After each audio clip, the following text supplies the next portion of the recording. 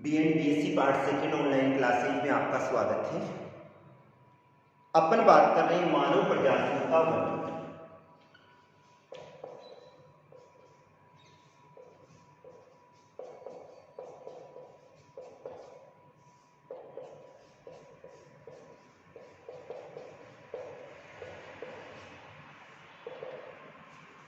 यानी प्रजातियों के वर्गीकरण की बात करें तो विभिन्न भूगोलवेताओं ने प्रजातियों का वर्गीकरण अलग अलग आधारों पर किया था और इसमें सर्वाधिक जो मान्य है वो या तो बीएस गुहा का है या ग्रिफिथ टेलर का है। मानव प्रजातियों के वर्गीकरण का अध्ययन करें तो मानव प्रजातियों के वर्गीकरण में उनके शारीरिक लक्षणों को लिया जाता है और शारीरिक लक्षणों की बात करें तो मानव के बाह्य शारीरिक लक्षणों को लिया जाता है। बाह्य शारीरिक लक्षणों में जैसे त्वचा के रंग को लिया जाता है, शरीर के कद को लिया जाता है, कपाल सूचकांक को लिया जाता है, नेत्रों को लिया जाता है, नाक को लिया जाता है। इसमें विभिन्न भूगोलवेताओं ने अलग अलग मत दिए थे, लेकिन सबसे जो मान्य माना जाता है वो ग्रिफिथ टेलर का माना जाता है।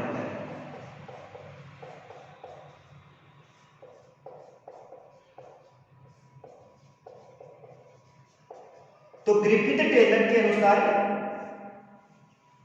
मानव प्रजातियों को 7 भागों में बांटा गया है और इनमें सबसे पहले आती है निग्रिटो।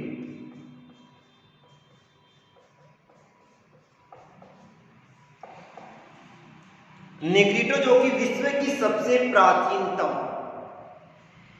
प्रजाति में सम्मिलित किया जाता है। निग्रिटो प्रजाति को विश्व की सबसे प्राचीन प्रजाति में मानव प्रजाति में सम्मिलित किया जाता है। इसकी विशेषताओं का अध्ययन करें तो ये वाले लोग नाटे कद के होते हैं।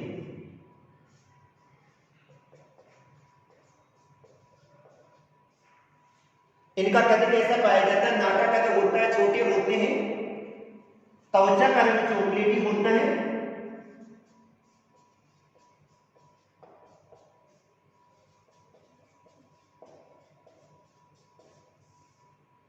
इनकी नाक चौड़ी पाई जाती है। नाक कैसी होती है? चौड़ी पाई जाती है, चपटी होती है,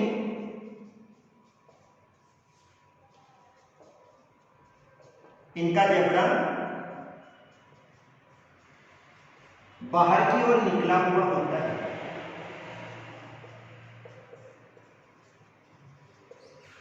जबड़ा है वो बाहर की ओर निकला हुआ होता है, बाल छल्लेदार,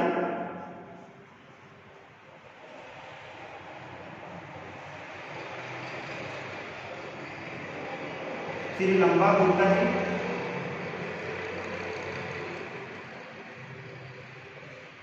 इनका जो कपाल सूचकांक है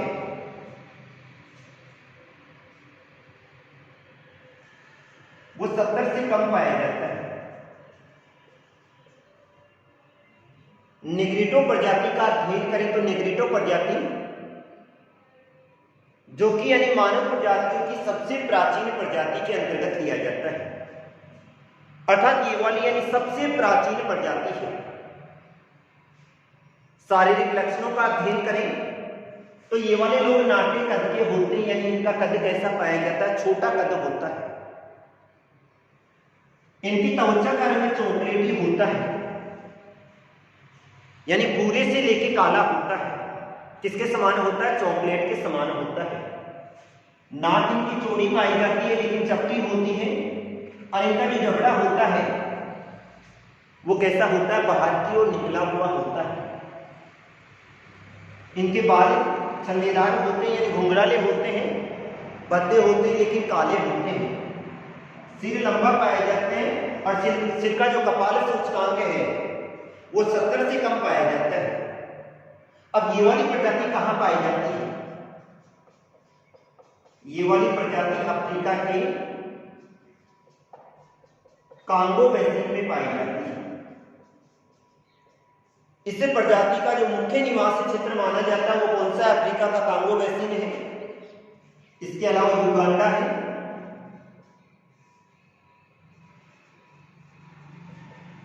अंडमान निकोबार द्वीप समूह है, श्रीलंका है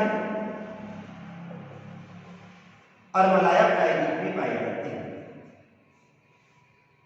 नेग्रिटो प्रजाति जो कि कहां पर निवास करती है, अफ्रीका के कांगो बेसिन में निवास करती है, युगांडा में, अंडमान, श्रीलंका और मलाया क्षेत्रों में निवास करती है। तो ये वाली यानी सबसे प्राचीन यानी प्रजाति के अंतर्गत लिया जाता है। इसके बाद में आती है निग्रो प्रजाति।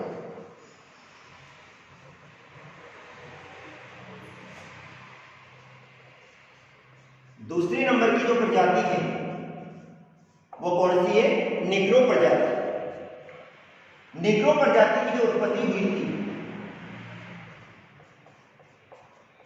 वो निग्रिटो के बाद हुई थी। निग्रो प्रजाति जिसकी जो उत्पत्ति हुई थी वो किसके बाद हुई थी? निग्रिटो के बाद हुई थी। इनका जो सिर होता है वो लंबा होता है, कपाल सूचकांक 70 से 72 के मध्य होता है। कितना होता है कपाल सूचकांक? 70 से 72 के मध्य होता है। इनके बाद ऊन के समान होते हैं और घुंघराले पाए जाते हैं। बाल कैसे होते हैं? ऊन के समान और घुंघराले होते हैं। जबड़ा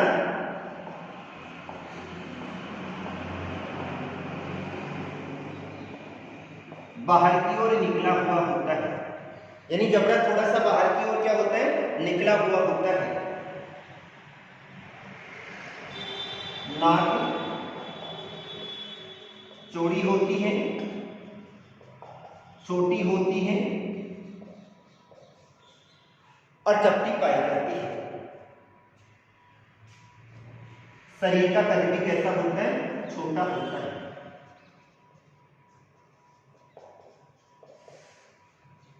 नेग्रिटो प्रजाति के बाद की जो प्रजाति है वो कौन सी है? निग्रो प्रजाति है। इसको भी प्राचीन प्रजातियों की श्रेणी में लिया जाता है। प्राचीन प्रजातियों की श्रेणी की बात करें तो इसका भी जो विकास हुआ था वो कब हुआ था? बाद में इसका विकास हुआ था।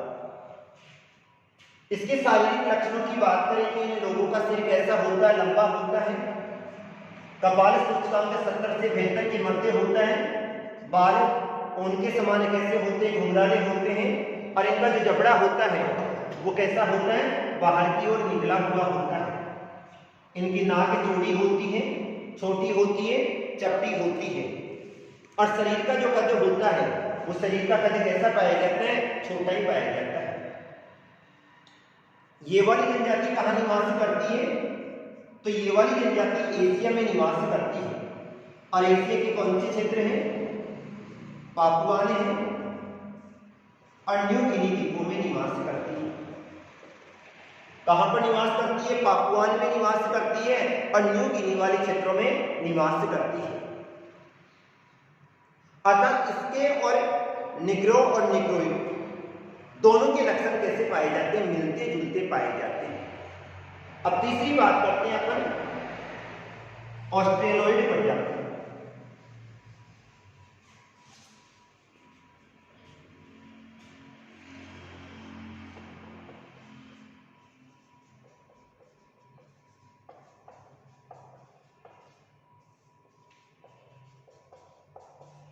ऑस्ट्रेलोइड प्रजाति की बात करें तो ये वाली प्रजाति संपूर्ण ऑस्ट्रेलिया महाद्वीप में निवास करती है। उत्पत्ति स्थान की बात करें तो ये वाली प्रजाति कहां पर निवास करती है? संपूर्ण ऑस्ट्रेलिया महाद्वीप में निवास करती है। इस प्रजाति की विशेषताओं का अध्ययन करें तो इनकी त्वचा का रंग काला होता है,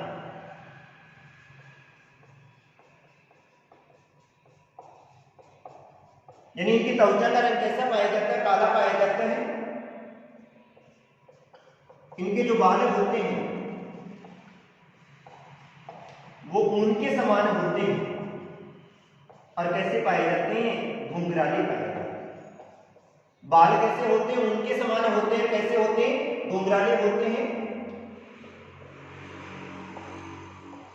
इनका जो जबड़ा है वो बाहर की ओर निकला हुआ होता है।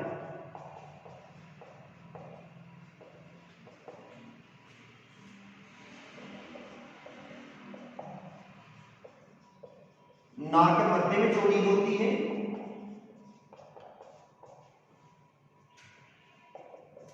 इनका जो कद होता है वो 160 से लेकर 167 सेंटीमीटर होता है। ऑस्ट्रेलोइड प्रजाति का अध्ययन करें तो ऑस्ट्रेलोइड प्रजाति जिसका अधिकांश भाग यानी संपूर्ण ऑस्ट्रेलिया वाले क्षेत्र में ये वाली प्रजाति फैली हुई है, इनकी त्वचा के रंग का अध्ययन करें तो इनकी जो त्वचा का रंग होता है वो कैसा पाया जाता है? काला होता है। इसमें यानी इस प्रजाति में जलवायु परिवर्तन का प्रभाव स्पष्ट दिखाई देता है, क्योंकि यहाँ की जो जलवायु है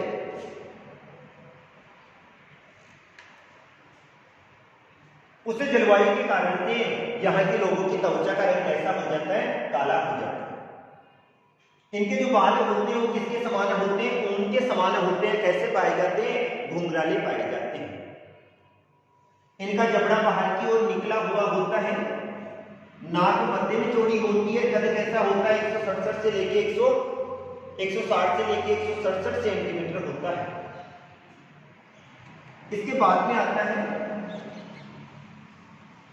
चौथे नंबर की जो प्रजाति है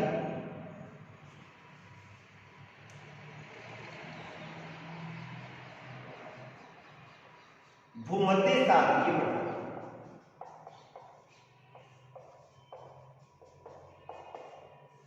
यानी भूमध्य सागरीय प्रजाति की बात करें तो ये वाले लोग लंबे सिर वाले होते हैं, अर्थात इनका सिर कैसा होता है? लंबा पाया जाता है, यानी पीछे की ओर निकला हुआ सिर पाया जाता है। अर्थात सिर लंबा होगा तो इनका कपाल सूचकांक वो 74 से लेके कितना हो जाएगा? 77 हो जाएगा। कपाल सूचकांक कितना हो गया? 74 से लेके 77 हो गया। इनके बाल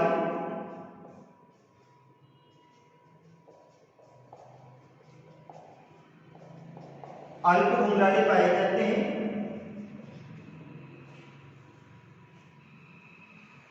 और अंडाकार होते हैं। इनका भी जो जबड़ा है वो बाहर की ओर निकला हुआ होता है। जबड़ा कैसा होता है? बाहर की ओर निकला हुआ होता है। शरीर सुगठित होता है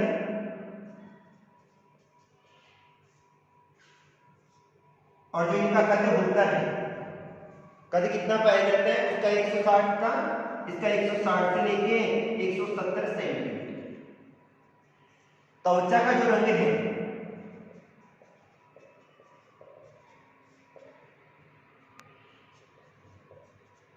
वो जैतूनी होता है। जैतूनी का मतलब होता है कांसे के समान होता है। भूमध्य सागरीय प्रजाति का अध्ययन करें तो भूमध्य सागरीय प्रजाति जो कि भूमध्य सागर के आसपास वाले क्षेत्रों में निवास करती है, और भूमध्य सागर के आसपास वाले क्षेत्र कौन कौन से आ जाएंगे? दक्षिणी यूरोप आ जाएगा, उत्तरी अमेरिका आ जाएगा, दक्षिणी अमेरिका आ जाएगा, भारत का कुछ भाग कौन सा? उत्तरी भारत आ जाएगा, और ऑस्ट्रेलिया आ जाएगा।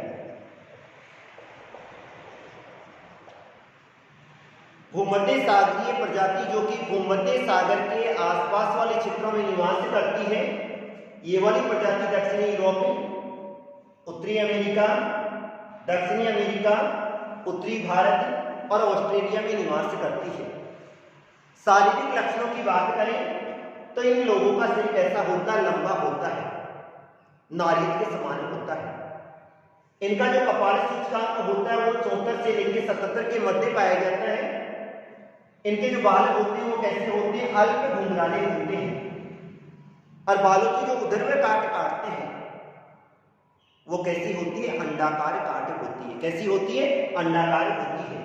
इनका जो जबड़ा होता है वो कैसा होता है? बाहर की ओर निकला हुआ होता है, शरीर सुगठित होता है, और इनका जो कद होता है वो 160 से लेकर 170 सेंटीमीटर होता है।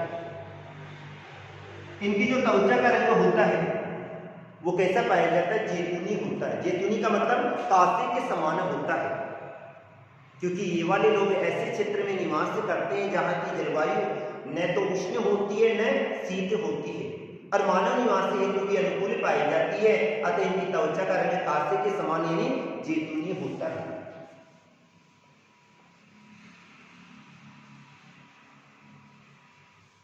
इसके बाद में बात करें तो पांचवी जो प्रजाति है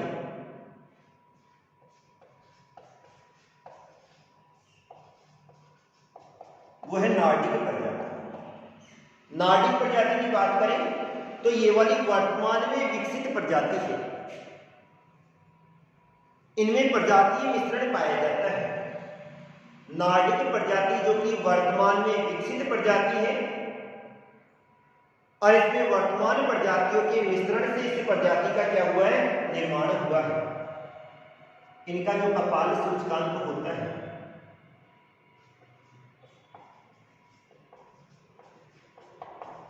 यानी कपाल का जो सूचकांक पाया जाता है वो 70 से 82 होता है।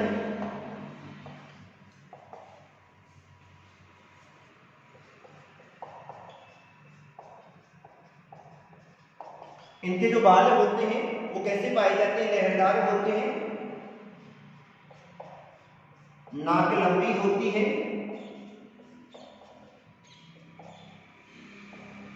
और नुकीली पाई जाती है। आगे वाले भाग से तोते की चोंच के समान मुड़ी हुई होती है। इनका चेहरा सपाट होता है, त्वचा का जो रंग होता है वो गोरा होता है,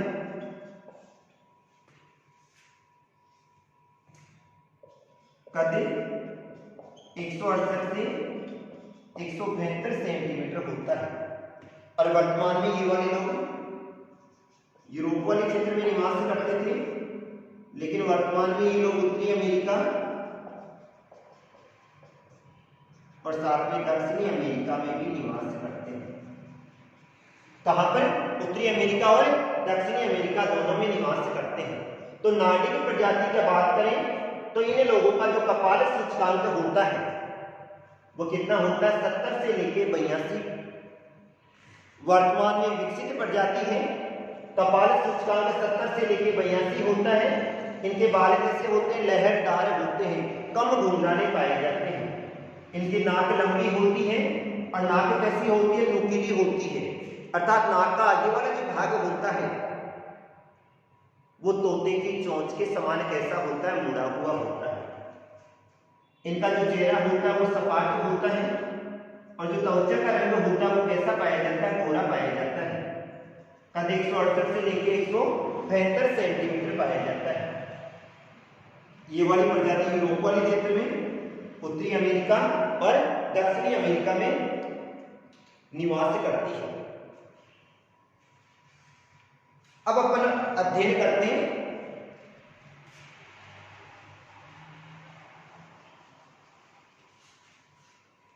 छठी है अल्पाइन प्रजाति।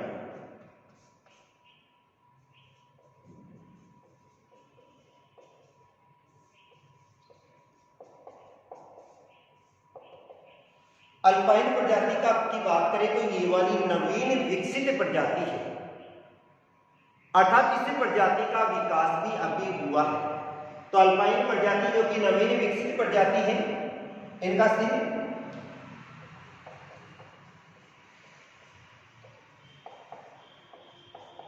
सिर चौड़ा होता है,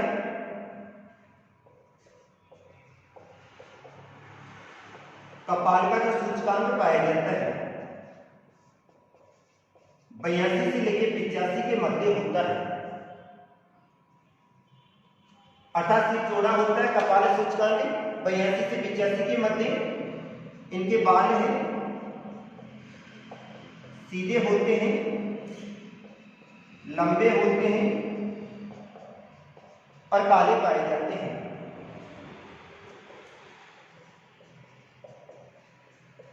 इनकी नाक है वो पतली होती है,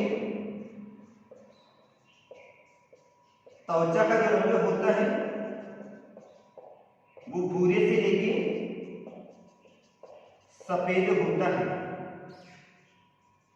और चेहरा कैसा होता है, सपाट पाया जाता है।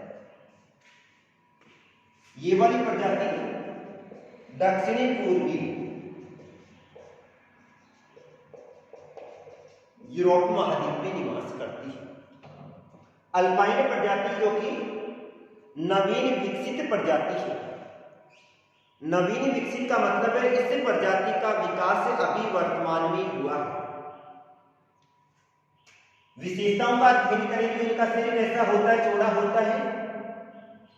कपाल सूचकांक को 82 से लेकर 85 के मध्य पाया जाता है। बाल सीधे होते हैं, लंबे होते हैं और काले होते हैं। इनके बाल सीधे होते हैं, लंबे होते हैं, काले होते हैं। नाक कैसी होती है, पतली होती है। त्वचा का रंग भूरे से सफेद है, और इनका चेहरा कैसा होता है, सपाट होता है। चेहरे सपाट से मतलब क्या होता है, अर्थात बिल्कुल सीधी अवस्था में पाया जाता है, सपाट होता है। ये वाली प्रजाति वर्तमान में दक्षिणी पूर्वी यूरोप वाले क्षेत्र में निवास करती है।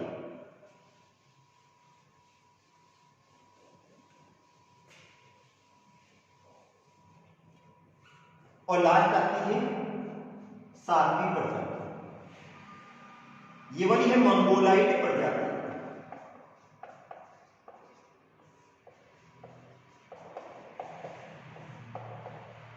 सबसे वर्तमान में विकसित प्रजाति है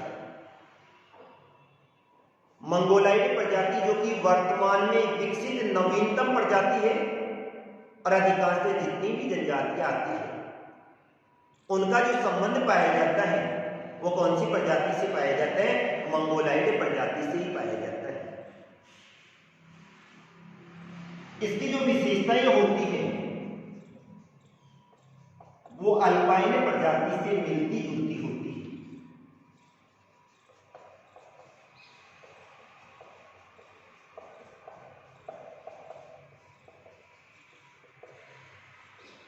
इसकी जो विशेषताएं होती है वो अल्पाइन प्रजाति से मिलती जुलती होती है, अर्थात इनका जो कपाल सूचकांक है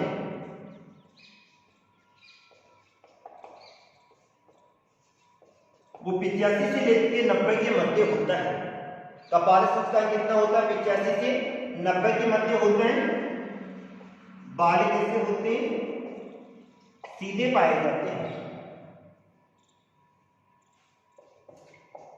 इनकी नाक है वो कैसी होती है, नाक चपटी होती है, पतली होती है। चेहरा भी कैसा होता है, चपटाई होता है।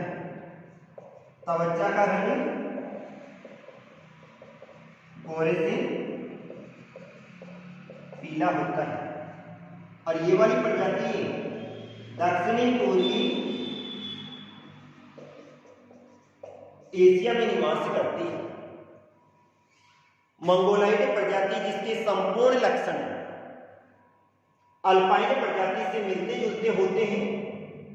इनका जो कपाल सूचकांक है वो 85 से 90% होता है।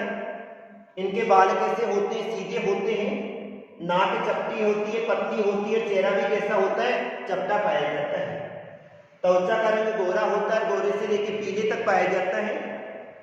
और ये वाली प्रजाति दक्षिणी पूर्वी एशिया में निवास करती है। अपने 7 प्रजातियों का अध्ययन किया। 7 प्रजातियों में से 3 प्रजाति ऐसी पाई जाती है जिनका विकास वर्तमान में हुआ है। या तो इन प्रजातियों में प्रजातीय मिश्रण पाया जाता है, या तो क्या पाया जाता है, प्रजातीय मिश्रण पाया जाता है। और अगर प्रजातीय मिश्रण नहीं पाया जाता है तो इन प्रजातियों का विकास जलवायु परिवर्तन के कारण से हुआ है, जिसके कारण से ये लोग एक स्थान से दूसरे स्थान में जाकर बस गए, जिसके कारण से जलवायु में क्या हो गया, परिवर्तन हो गया। ये वाला जो क्वेश्चन है वो 100% आता है।